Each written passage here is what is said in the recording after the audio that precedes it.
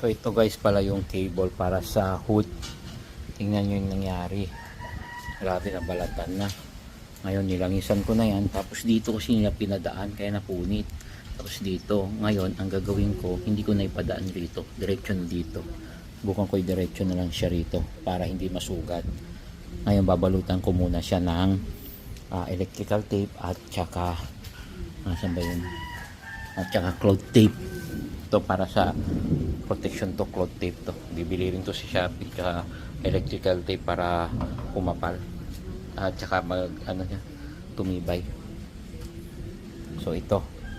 Iyan ko to. Babalutan ko muna. Nilangisan ko sa loob para okay. Babalutan ko muna. Pakita ko sa inyo paano ibalik ulit dun sa lock nya.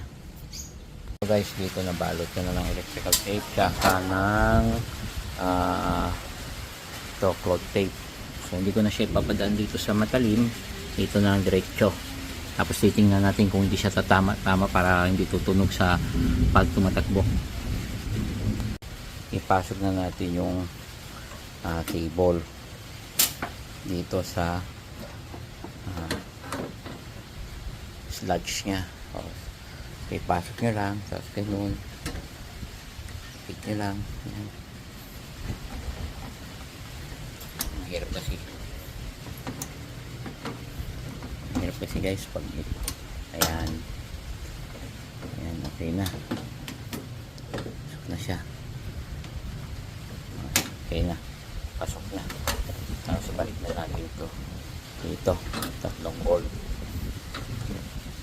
Ayan, ibalik na lang yun. Mamaya testingin natin kung hindi ba mahirap bunutin. So guys, apply natin yung yung sa pad light na wiring connector, tsaka yun doon in-applyan ko ng contact cleaner. Ngayon to, apply natin ng contact cleaner, syempre para protection, baka na pasukan ng tubig, para kahit papano malinis. So yung kabila naman applyan ko rin to. So guys, to nilagyan ko ng foam pala to ng Scotch-Brite na, dahil wala na, punit-punit na, para ito pag tumama rito medyo to, hindi siya mag-ingay pag magbanggaan. So pinatong ko muna sa upuan dahil kailangan ikabit ko muna yung connection ng pad light para hindi mahirap. So ikabit na natin. Pagkabit pala yan, i-plug and play lang yan. Ito lang, isaksak nyo lang ganun. Yan, kabit na. Ito.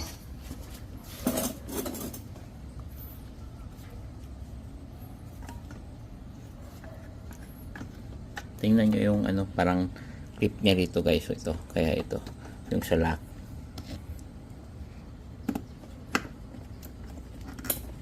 So okay na, nakakabit na. Ngayon tanggalin ko yung upuan isa-isa para ma-shoot ko rito para magkasya. So ayan, tanggalin natin yung upuan.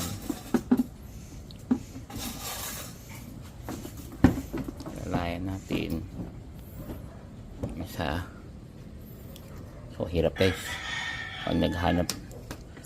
Okay, one. Ayun yung isa naman. Tanggalin natin ang upuan.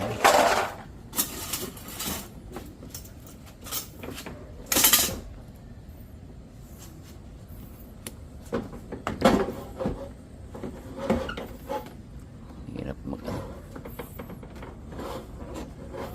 kabit. Mahirap i-shoot. Sa ilalim kasi kailangan tingnan natin kung tumama. So guys, ito tinanggal ko to, talaga ang purpose nito para maibalik ko to dahil awang kasi yan guys, awang ng malaki. Ngayon na maayos na. So nakabit ko na yun. Ito 1, 2, ngayon 3. Ito nakikabit ko na para makita nyo.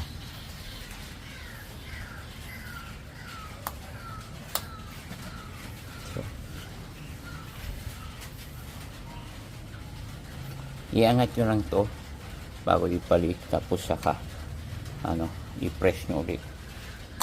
Ayan, sa gitna. Tapos meron ditong maliit na to, dalawang maliit na putol na nga. Tingnan ko nga kung may balik ko pa to. Isa dito. Last night naabutan ako ng gabi dahil umulan kasi kanina, ay hindi ko matuloy-tuloy. So ito, ewan ko kung malak pa siya. Okay, halos lahat pala huwag ko maayos. Tingnan ko nga yung putol, baka mamaya puro putol mapunta, pero meron man akong extra dyan, but walang chance.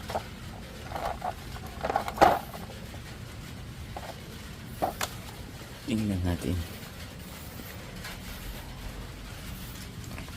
kung hindi siya, kung kaya pa. Kaya pa guys, lumikit pa.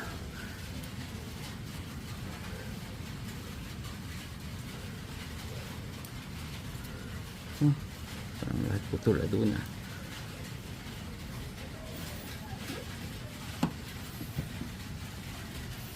Tingnan natin kung putol lahat.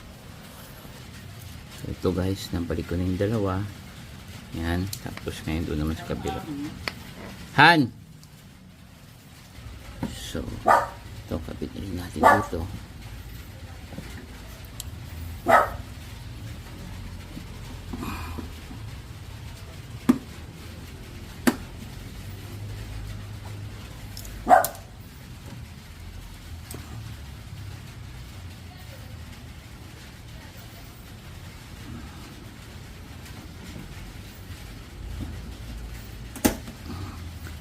Okay na.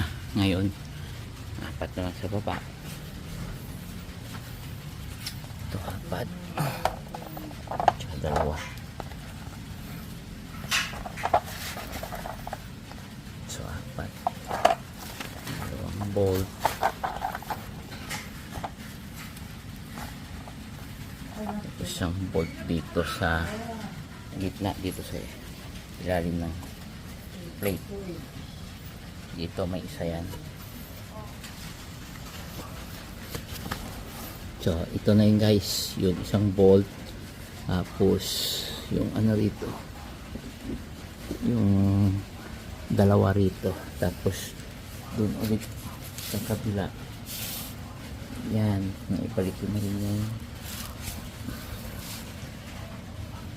yung bolt ko. Yun, nabalik na rin. Yung dalawa doon. So ito guys, tapos yung pinakamahirap dito sa ilalim ng plate. So guys, nahipitan ko na lahat. Yan. Yan. Tapos dito nalagyan ko na yung apat, dalawa doon. Tapos isa dito.